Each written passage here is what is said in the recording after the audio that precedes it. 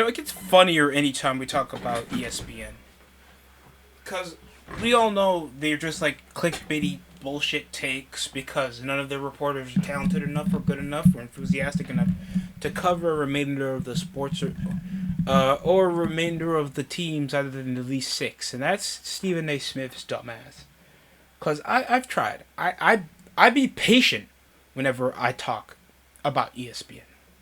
Just give me a reason with these underachievers, unathletic, uninspiring takes by some of these niggas, and then he accounts that Giannis Antetokounmpo, because of course if you guys haven't heard, Giannis Antetokounmpo has been rumored of trade talks over the prime of his career after two unlofty seasons due to injury, lack of chemistry, two play styles. Their championship head coach has been fired in replacement for Doc Rivers. Me too. I would have jumped ship too if I heard Doc Rivers was my head coach.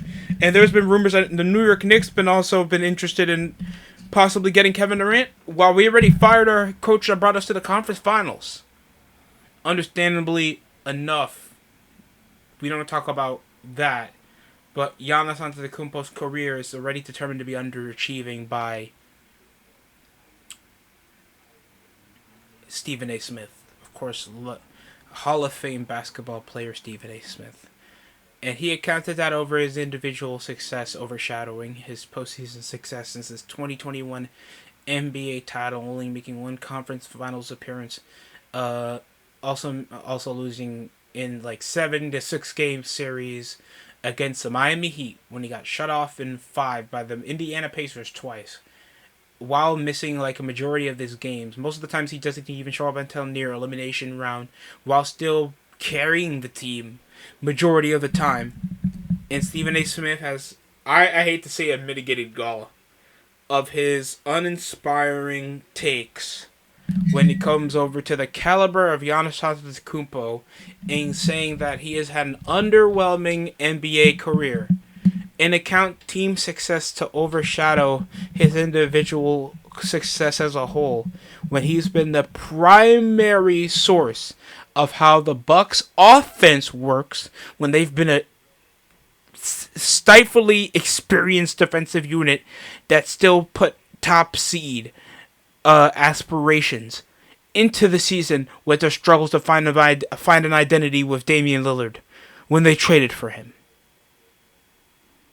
I need that explained. I really do, because Giannis Antetokounmpo is at the same atmosphere of all-time Bucks that involved Kareem Abdul-Jabbar and achieved more than Ray Allen has done.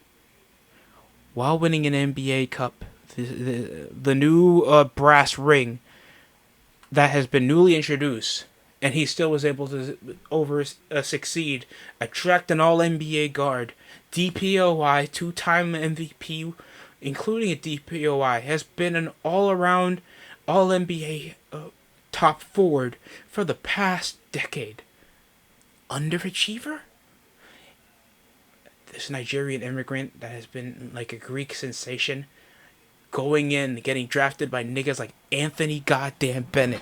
If you see the 2013 draft class, it blow your mind how many guys got scuffed. Even certain guys like CJ McCollum, that was also drafted around that time period. Yeah, CJ McCollum became a reasonable guard around the mid to late 2010s and was a good complementary piece for Dame. Victor Oladipo, career's over. He's trying to make a comeback, but it's done. Otto Porter Jr., he did win an NBA title, and his career kind of sheltered off after he went to Toronto. Alex Len, rotation center. Nerlens Noel, nobody hears about him anymore. Ben McLemore hops around overseas. I'm thinking Tavius Caldwell-Pope has been an NBA champion, but not a primary focal point over a team. More of a rotation piece.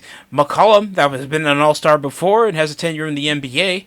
Probably an all-time Blazer, but that's about it. Only made one conference finals appearance. That's more underwhelming than Giannis Antetokounmpo. Michael Carter-Williams, one career game against Miami, then all of it faltered off to being a rotation guard in the NBA.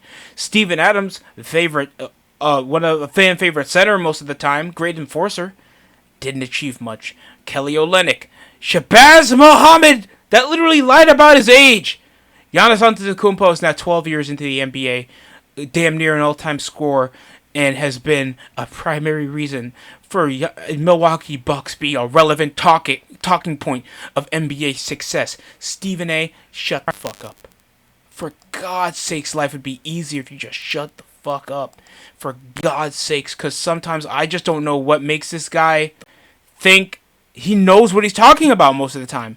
And I understand, like, and Stephen A. Smith makes a reason why certain NBA players have their own echo chambers now. They have their own podcasts now, their own social standing of their own media platform, because they say some fuck shit. And don't get me wrong, NBA players say some fuck shit in themselves to cover their own ass, or they want to make themselves sound better than LeBron James at certain times.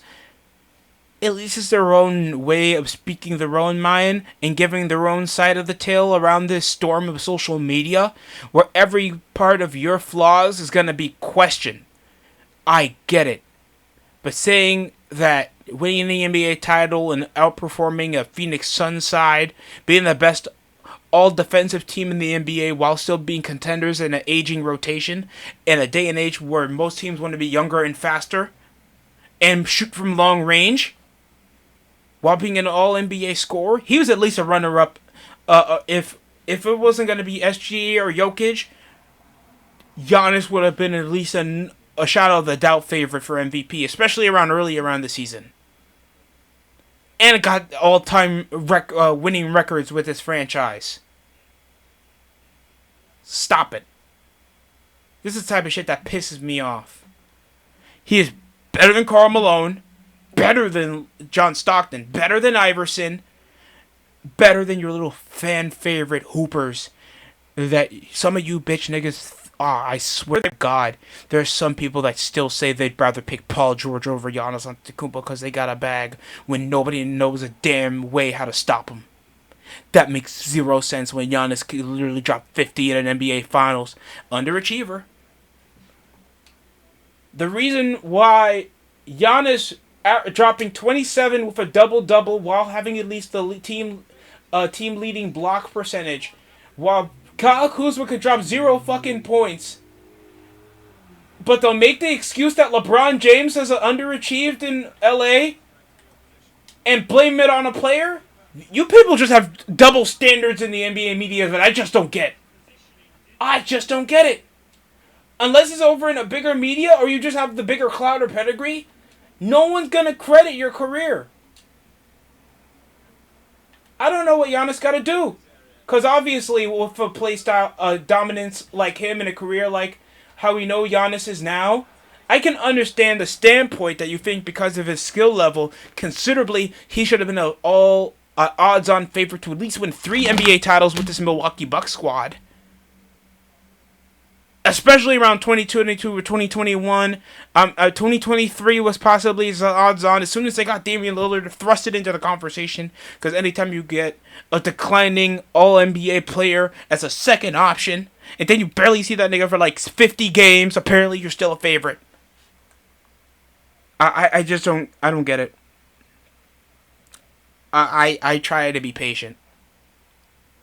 When it comes to a top 75 player that gets overshadowed, and they'll think that Carmelo Anthony overachieved over Giannis Antetokounmpo. I bet Stephen A. said that. I bet he said that. Sometimes there's people that would considerably say a player with a deeper bag, or they'll just do the Jordan comparison when there's just been way better teams out there. No one was beating that Celtics squad from last year, even if anybody was healthy. Even Giannis averaging at least 49 points. I think he had a double-double, including half a double-double, half a double digits in blocks. And he can't beat certain NBA squads.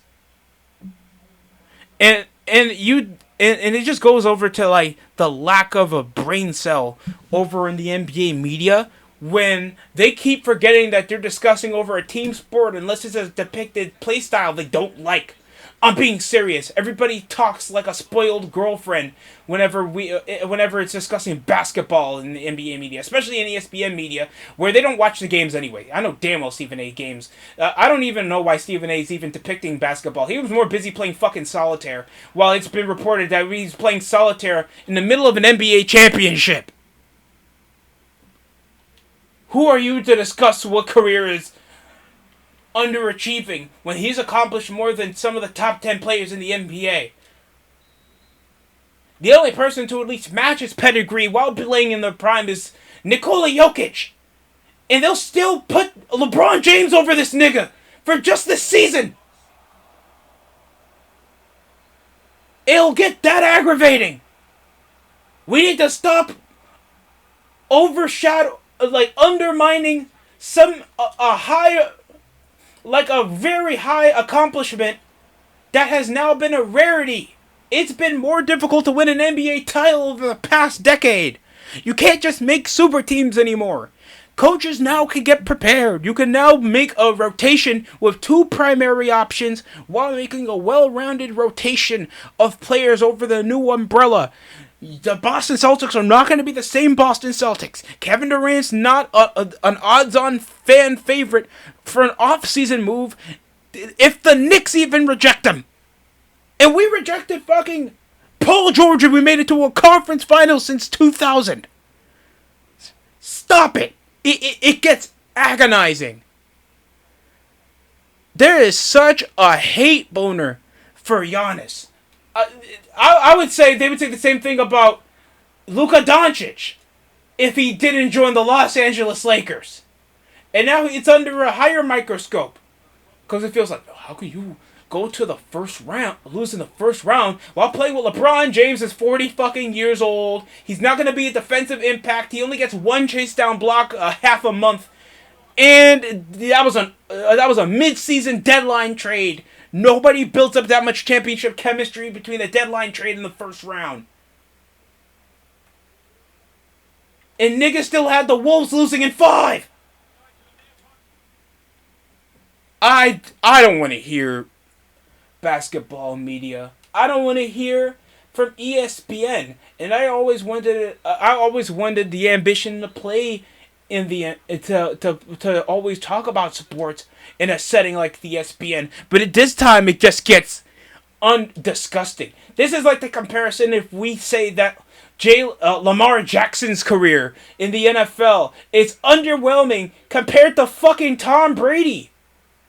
Hell, compared to Aaron Rodgers, they'll probably say Aaron Rodgers' career has been underwhelming his whole entire career. Him being an MVP catalyst for at least majority of his mid to late 30s. Still putting up all pro records. Winning a Super Bowl. Beating the Pittsburgh Steelers. Being in the top 10 consideration when there was faster, more prototype quarterbacks in the newer era of the NFL. Being around the same league of still getting 12-win seasons, 15-win seasons, 11-win seasons in an era with Peyton Manning, Tom Brady, Phillip Rivers, Drew Brees, Michael Vick, Donovan McNabb, Brett Favre late into his career when he was even a fucking Viking. And they'll say that his career is underwhelming because, poof, one Super Bowl, all those times. Where were you guys in Devontae Adams? Who are you, fan? That's what I'm hearing. Because I don't know how difficult it is to be saying, with your caliber, you don't know the window of a person. And you're saying that when there's a coach that has to manage a squad, injuries happen out of nowhere beyond their control, rotations, getting outplayed and have to maneuver while other players probably can't handle the same responsibilities as Giannis has to do over this past decade. It astounds me. It astounds me.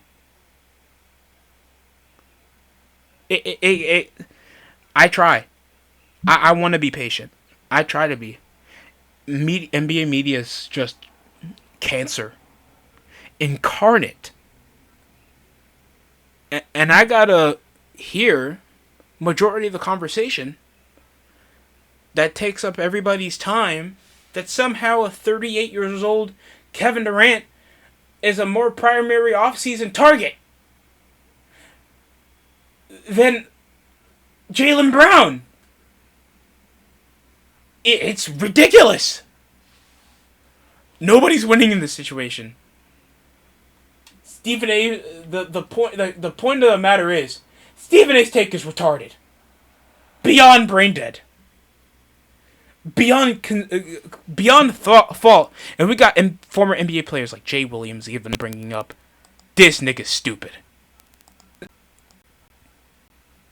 Giannis Antetokounmpo's without words, because he has more important things to deal with, like family, what he's got to do this offseason, what he got to put in his body, how he got to train, and how he's going to use that bread. Because the last thing he needs is his hard work and his accolades questioned by a clickbait artist getting paid higher than your favorite NBA fans. Your favorite NBA players. Getting paid wages higher than a pro female basketball star. That money should have went. That $100 million should have went to Caitlin Clark. Because they got a 50-year-old clickbaiter determining whose career is more underwhelming. Somehow you're telling me that Karl Malone and John Stockton, Chris Webber are just way better players, and way better, higher accolades than Giannis Antetokounmpo, Derrick Rose. One MVP start, and then injuries has costed his career obscurity. Hell, there's people that accomplished a lot more, but had a more underwhelming career team-wise, like Kawhi Leonard. But nobody has accomplished much as Kawhi Leonard did, with one good Achilles.